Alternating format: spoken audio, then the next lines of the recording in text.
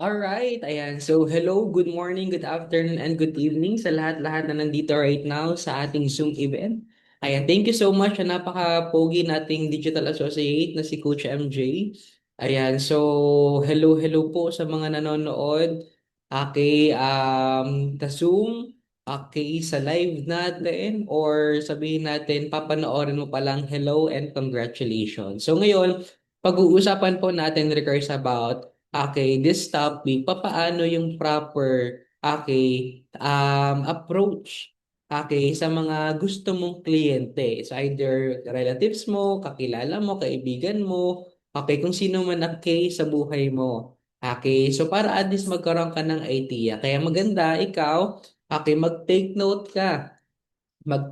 ka para mas marami kang maintindihan regards about this business opportunity kasi isa ito sa mga basic na kailangan mong maintindihan at malaman. And syempre, isa rin sa mga pinaka-basic na mabilis na maintindihan. Okay? So, I'm going to share my screen with you guys para mas maintindihan nyo po. Okay, yung tinutukoy ko. Okay, so magiging mabilis lang naman tayo dito, guys. Alright, okay, so that mas ma-absorb mo yung mga sasabihin ko. Okay, patype naman ako ng number one, kung loud and clear. Yan. Nakakasabay naman ng lahat. Ayan. So, it's already Saturday. Di ba? Kaya, happy weekend po. Yan. So, allow me to share my screen with you. Yan. So, ayan po. Nakikita po ba ang aking screen post?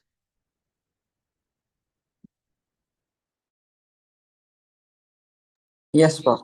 Alright, so welcome to our invitation approach. Ayan. So by yours truly, Ralph Flores Angeles. Okay, so dito natin pag-uusapan, papaano ka nga ba magkakaroon ng mga kliyente mo? Kasi if you can still remember po, okay, our first topic is prospecting. Paano yung pag-proper ng prospect, paghanap ng mga prospect. Tama? And papaano posting. So, ngayon, kapag nagawa mo na siya successfully, master mo na siya, paulit-ulit mo na siyang nagagawa, ito naman yung kailangan mong matutunan. So don't pressure yourself kasi mabilis lang naman to. Okay, hindi naman to complicated. Wala naman ditong algebra, wala naman ditong calculus, 'di ba? Wala naman ditong accountancy, accountant, tama ba? So it's all basic, okay, na talagang maa-apply mo siya, okay, sa pang-araw-araw. So ngayon, pag-usapan natin, ano yung background ko before ako nag-start dito. Isa akong simpleng estudyante, 'di ba, na nangarap and nakapag-attend sa mga ganitong training. Sabi ko, gusto ko din magbago yung buhay ko. Okay, so with one snap, 'di ba, so meaning to say, isang desisyon yung ginawa ko. Okay, pero syempre, kailangan pa rin talaga siyang sabihin natin, guidance. Okay, pero ang pinakamaganda doon kasi yung nag-start ako, alright, so ito yung binigay sa akin. Okay, so because of this, in-apply ko lang po yung mga trainings, in-apply ko lang kung ano yung mga natutunan ko. I graduated, naging cum laude tayo, luckily, nakapag-earn ng six figures right after makagraduate, nakapag-travel, kumita ng milyon, naging part of the achievers ng community, and kamakailan lang po, just got home, galing po sa Shanghai, China. Nag-travel po kami 1 week. 'Di ba? Kasama po yung mga dreamers, aspiring dreamers din natin. So, sobrang ganda kasi ito lang din naman yung in-apply ko after prospecting is itong invitation approach. Okay? So, ngayon, pag-uusapan po natin to. Okay? Patype naman ako ng I am ready. Kung ready ka na. Yan, i-type mo naman, I am ready. If you are ready, 'di ba? Dito sa business natin or dito sa pag-uusapan natin. Ayan, pa-type ako ng I am ready. Ayan, ready na daw sila. Ayan. So ngayon, maganda. Papasukin nyo din po yung mga itap nyo yung mga kasama nyo sa loob ng hub. Alright? So, ngayon, ito, pag-usapan natin, what is invitation? Okay, invitation is the process of reaching out to someone. So, meaning to say, ang invitation daw, proseso siya ng pagtatap mo or pag-reach out mo sa isang tao and opening the door for them to learn about your business or opportunity. Okay, so ngayon, okay, it is your role and it is your job para i-promote to dun sa mga kung sino man nasa environment mo. It's either kakilala mo or it's either hindi. Okay, kasi daw, okay, sabi nga dito, process siya ng reaching out to someone so that, okay, to open doors. Okay, to learn about your business opportunity. Okay, lagi mo tatandaan ng invitation, it is not selling, it is not convincing or pushing. Kaya huwag kang mahihiya. Okay, huwag kang matatakot kasi hindi po illegal yung negosyo natin at hindi po, okay, nakakadiri yung ginagawa natin because hindi naman po ito sakit na nakakahawa. Okay, so it is not selling, it is not convincing, or it is not pushing. It's simply connecting with someone and asking if they're open to take a look. Okay, so kumbaga, walang personalan. Ang kailangan mo lang gawin is, ano, i-share sa kanila yung opportunity through what? Through reaching out to someone so that okay, you can open doors for them to learn about your business opportunity. Okay, clear ba sa atin? Kasi syempre, okay, since this is a business, it is very normal na ang basic na kailangan mong malaman, matuto kang mag-prospect at matuto kang mag-approach ng tao. Okay, matuto kang mag-send ng invitations to them so that okay, they can take a look sa business na meron ka. Okay, so ngayon kung mahiyain ka, 'di ba? Kung wala kang alam or kung sabihin natin ayaw mo sa mga ganito, okay, you need to change kasi this is a business. Wala pong business na hindi po nag-alok, na hindi po nag-share ng business sa ibang tao. Tama ba? Kung makikita niyo yung mga great and big businesses right now here in the Philippines and outside the Philippines, they started to what? They started to prospect and they started to share this business to other people. Okay, so ngayon, mas prone ka lang sa, ato ha, unahan na kita, mas prone ka lang sa rejection kasi nga, face to face mo siyang nakikita. Wherein, hindi naman natin na lahat kinasanayan na ma-reject every day. Tama ba? So, dito, literal at harap-harapan siyang gagawin sa'yo. But then, okay, it doesn't matter. Why? Kasi nga, sabi ko sa inyo, okay, you are not selling or convincing or pushing other people. It's just simply connecting with someone and asking if they're open to take a look. Okay, in short, you're just sharing them an opportunity. Okay, so hindi ka nalang nireject, ang nireject nila yung opportunity. So, meaning to say, para mas matuto ka, kailangan mong ulit-ulit at kailangan mong master to. Okay, so ngayon, ito yung mga iba't ibang approach. Okay? Different approach of invitations. Meron tayong dalawa. Okay, meron tayong direct approach and indirect approach. Okay? So, bakit hindi na bago yung nakalagay dyan? Ayan. So, ito top. Yeah, different approaches. Okay, to invitation. So, meron tayong direct approach. Sabi dito, the direct approach is when you clearly and straightforwardly tell someone about your business opportunity right from the start. For example, hi, gusto ko lang i-share sa iyo ang digital business opportunity na pwedeng makatulong mag-generate ng extra income part-time. Open ka ba matuto pa? Di ba? So, ibig sabihin dito sa direct approach, guys, meron kang kaibigan, ay friend, alam mo ba may ginagawa ako right now? Digital marketing or business opportunity. Actually, naghahanap kami ng mga pwede naming mabigyan ng opportunity katulad mo. Tignan mo lang, ganun yung direct approach. Kumbaga, diniretso mo na siya. Wala ni hoy ni hi. Tama ba? So, ganun po yung pwede mong gawin. Alright? So, kung close mo naman yung kaibigan mo, kung sino man kakilala mo, you can do this. Okay, pero kung nahihiya ka naman, gusto mong magkaroon muna ng makapag-build ka ng rapport. Tawag doon, build ng rapport, gawin mo tong indirect approach. The indirect approach is when you don't immediately mention the business. So, ibig sabihin na dito, hindi mo agad sinasabi yung aking negosyo. Instead, you first provide value, share a story, or create curiosity before introducing the opportunity. Hi, alam mo ba, maraming students at employees ngayon na nakakakuha ng extra income online. Kahit part-time lang. O kung curious ka, I can share paano nila yung nagagawa. So, dito, sa indirect approach, pwedeng kausapin mo muna yung mga kakilala mo. Uy, kamusta ka na? ganito, ganyan, bla, bla, bla. Hanggang sa, alam mo ba, napakasaya ko ngayon kasi nagkakaroon ako ng savings. Pag tinanong ka, paano? Bakit? Kasi meron akong pinagkakakitaan through online lang. Tapos ang good thing, kasi legit siya. 20 years ba naman yung company. So pag tinanong ka, ano yan? Ano yan? Bigyan mo muna, ano mo muna, pabitinin mo muna. Wala, ano lang naman to, sa mga gusto lang naman ng online. Hindi pag they take that bait, okay, ano nga yan? Ito kasi ano siya extra income online. Digital business opportunity. 'Di ba? Kung curious ka, I can share paano nila nagagawa ito. Paano namin nagagawa ito? 'Di ba? So, ganun siya. Okay? So, it takes practice, syempre, kasi syempre kailangan mo din ng paulit-ulit na gagawin. But then, kapag nakasanayan mo, kahit sino pwede mong gawin to.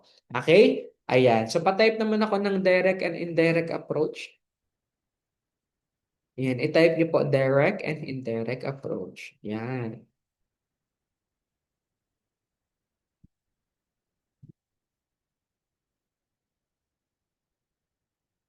Ayan. May nag-type na ba ng direct and indirect approach? Yun. Alright? So, next po, ito yung example ng direct and indirect approach. Ito yung direct approach. Pwede kang humingi sa digital coach mo or head coach mo, digital associate or head coach mo about the scripts. Ito, for example, hello, by the way pala, I'd like to share that community, blah, blah, blah. So, ano muna, ayan, by the way pala, I'd like to share that I'm currently working on an online business and I'm opening an opportunity for a part-time. If this sounds interesting, I'd be happy to schedule. Tingnan mo, wala pa kaming conversation pero directly ko na sa kanyang sinesend. Kung anong ibig sabihin, wala akong idea ano po ba. This is digital marketing wherein we have campaign right now para sa mga katulad mo na gusto magkaroon ng dagdag income while doing this part-time and promoting income protection and coverage. Di ba? While promoting income protection and coverage. So, yan yung direct approach. Indirect approach naman, hello, good day, thanks for accepting my friend request. Nagbibuild ka ng rapport. Kamusta ka? Doing good, bro. Thanks for asking. Hehehe. That's nice to know. By the way, may ask ng taga saan ka? Bakit po? Just asking lang ha, I'm from Albay, ikaw. So, kumbaga, nakikipag-friend ka muna dun sa mga hindi mo kakilala. Yan po yung tinatawag na indirect approach. Okay? So, yan lang naman, di ba? Basic lang naman yung gagawin mo. Tapos, yung ikaw, bago ka pa lang, tama. Tapos nasa abroad ka or sabihin nating nagtatrabaho ka, nasa labas ka, nag-aaral ka, ang pinaka-goal mo lang naman is makapag-create ka ng group chat together with digital associate and head coach para sila po yung mag-entertain at mag-set ng appointment or let's say for example, mag-video call sa kanila. Ngayon, i-master mo lang muna papaano mag-prospecting at papaano mag-send ng invitation or mag-approach sa mga kakilala at hindi mo kakilala. Alright? Ayan. So, ngayon, ito pa yung mga different approaches in invitation. So, bago ako tumungo dyan, meron din tayong tinatawag na kuyog approach. 'Di ba? So, yung kuyog approach na yun, yung, uy, tara na, ganito, ganyan, papapuntahin mo sa office kung ano man. Tapos marami kayo. Meron din third party approach o kung meron kang kaibigan, kayong dalawa, tapos mayroon kang kasamang isa, kayong dalawa, member na pero nag-uusap kayo regards about the opportunity, pinaparinggan mo siya hanggang sa ma-curious siya. 'Di ba? Meron yung third party approach. Tapos, ano pa ba yung mga approaches? Okay, type mo naman dyan kung ano pa ba yung mga iba't ibang klaseng approaches na alam mo. Okay? So, ganun yung mga ganun yung mga pwede mong magawa. Alright? So, kasi, lagi mo tandaan that our digital marketing slash network marketing is an art. Art siya na kahit anong approaches mo, basta legal, ethical, at moral and tawag doon, masa-friendly, pwede yan. Ano pa yung iba't ibang klaseng approach? Curiosity approach. Hey, may nakita akong digital income setup na ginagawa ng mga students, employees at parents ngayon. Hindi ko alam it para sa'yo pero open ka ba to check? 'Di ba? So, kumbaga ikaw, member ka na pero kunyari, curious ka pa rin. 'Di ba? Uy, alam mo, may nakita ako sa online, hindi ko alam, tingnan mo nga. Ikaw nga ipapresent ka, ikaw nga makinig sa kanya kasi gusto doon sa akin may kapag video call. Tama. O, ganun yan. Tapos result-based approach. O, pwede din ito. Hi, alam mo maraming tao ngayon na kuha ng extra income online kahit part-time lang. If ever gusto mo rin matutunan pa paano, I can send ay. So, dito naman, sa result-based approach, ito naman yung pwede mong gawin na, alam mo ba, nakikita ko sa online, napakarami kumikita. O, di ba? Alam mo ba, siguro maganda din subukan. Actually, may nakita ako sa napresentahan ako, maganda ikaw din. Pakinggan lang natin. Pero ikaw, member ka na talaga. Tama? Pain solution approach. Ano ibig sabihin yan? Hi, curious lang. Open ka ba sa paraan paano magkaroon ng extra income kahit busy? Marami kasi like you, naghahanap ng additional. So, dito sa pain solution approach, ibig sabihin, pain, okay, to solution approach. So, kumbaga, kung ano yung situation niya right now, okay, ano yung existing problem niya, dilemma niya, yun solusyonan mo. Alam mo, nakikita ko sa'yo, ganito, marami kang breadwinner ka, diba? Marami kang tinutulungan and hindi ka rin nagkakaroon ng ipon. Alam mo, mas maganda siguro magkaroon ka ng another source of income. O, di ba? Tapos pag nagtanong, bakit? May alam ka ba? Share mo to. Story approach.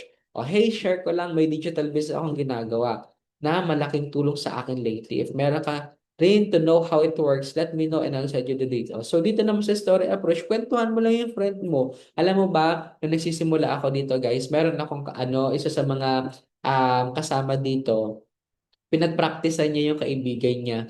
Diba? Shout out sa'yo. Ayun, pinagpraktisan niya po yung kaibigan niya. Kasi, senior na naman, nagkwento siya. Alam mo ba, ako, sumali ako sa digital business. Okay, through online. Ngayon, meron kaming presentation. Kasi hindi nga lang ako marunong. Pwede ko bang i-present sa'yo? So, pinagpraktisan niya yung kaibigan niya, binigay niya yung todo niya na as it if na prospect. Anong nangyari? Ang nangyari, after ilang days, nag-join kasi nga naintindihan ng kaibigan niya yung ginagawa. 'Di ba? O anong pinakasabi ko sa pinakauna? Okay, ano nakalagay dito is not selling, convincing, or pushing. It's simply connecting with someone and asking if they're open to take a look. 'Di ba? Because you're opening door to learn. Okay, for them to learn about your business opportunity. So, imagine niyo yun, pinagpraktisan niya lang, tama, biglang nag-join, nag-start din sa business. So, pwede mo din yung gawin. Ano pa, exclusive invite approach. O, hi, ito naman, limited lang inaalaw namin this week kaya I'm reaching out to people na tingin kaya na mag-level up this year. Open ka ba sa approach? So, dito, magkakaroon ka na ng sense of urgency. Kumbaga, i-high value mo yung ginagawa natin. Alam mo, ginagawa ko kaso nga lang limited na yung stat eh. Oo, maganda mapakinggan mo lang. Tingnan mo lang, di ba? So, pwede mo yung gawin. So, I'm saying this to you with, okay, warm market. Okay, tapos naman kung gusto mo naman sa cold market, pwede mong gamitin yung indirect approach or direct approach. Ito naman na value-based approach. Hello, I might have something useful for you, may digital income. So, ibig sabihin nito, you give value. Okay, uy, alam mo, I appreciated sa kung ano man ang ginagawa mo right now. O, di ba? So, I salute sa pagiging isang mong breadwinner. Actually, di ba sa panahon ngayon, talagang mataas yung gastos. Alam mo, I might have something useful for you. May digital income na protection opportunity na pwede mong simulan. Mga ganyan.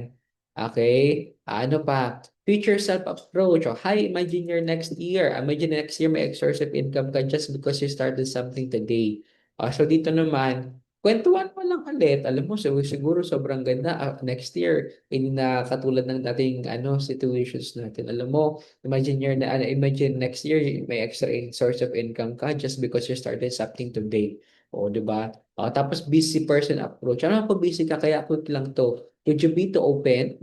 Okay, check digital na hindi nakakain ng oras. So, kung mapapansin nyo guys, okay, yung approaches natin, depende sa kung anong needs nila. 'Di ba meron din tayong mga kakilala kung sino man na kliyente natin na busy. So, alam mo, tamang-tama, kasi kahit busy ka, pwede mo itong magawa eh. Kasi hindi mo ito gagawin mag-isa. Alam mo ba ako, kahit busy din ako, marami din akong ginagawa, pero may mga taong tumulong sa akin. O, tignan mo lang, friend. 'Di ba? So, yun yung mga pwedeng approach na gawin mo. Okay? 'Di ba mabilis lang? Kaya guys, eto, consistency is the mother of mastery. So, hindi kailangan ng mabilis, kailangan tuloy-tuloy lang siya. Again, para mas maintindihan mo to, okay, kailangan mo siyang ulit-ulitin. Kasi guys, okay, hindi naman, what do you call this?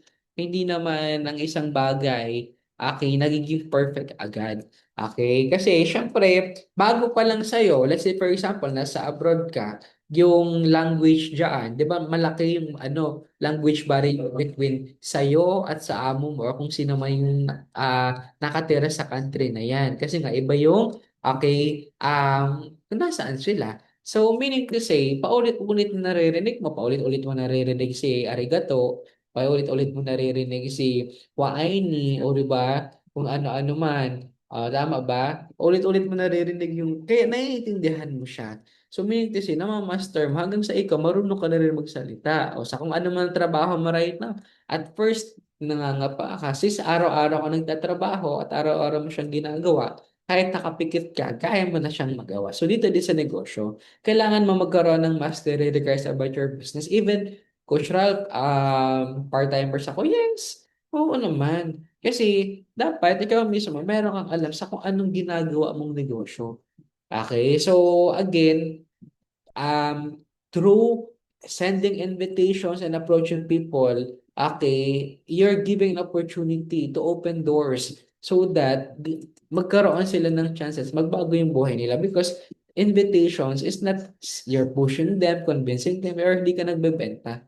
Okay, you're just sharing the opportunity to them na baka sila din magustuhan at magbago din yung buhay katulad makita din nila kung ano yung nakikita mo. Pero lagi matatandaan na numbers game. Okay? So, and speed is the name of the game. Kailangan mong bilisan yung mastery at learnings mo. Numbers game, hindi lang isa, hindi lang dalawa. Dapat hindi mo na mabilang sa kamay mo, sa daliri mo, sa paa. Okay, yung mga nagkausap sa'yo. Okay, or kinausap mo. Sabi nga, the more rejections, the better kasi mas marami kang natututunan. Okay, patype naman ako ng I am ready. Okay, I am ready. Sige, type mo I am ready kung ready ka na talaga. 'Di ba? Na mag-level up, ma-apply yung ating business opportunity. So, maraming maraming maraming salamat. Okay, this is Head Coach Ralph Lawrence Angeles, Leverage. Okay, and happy changing lives po. Back to you, host.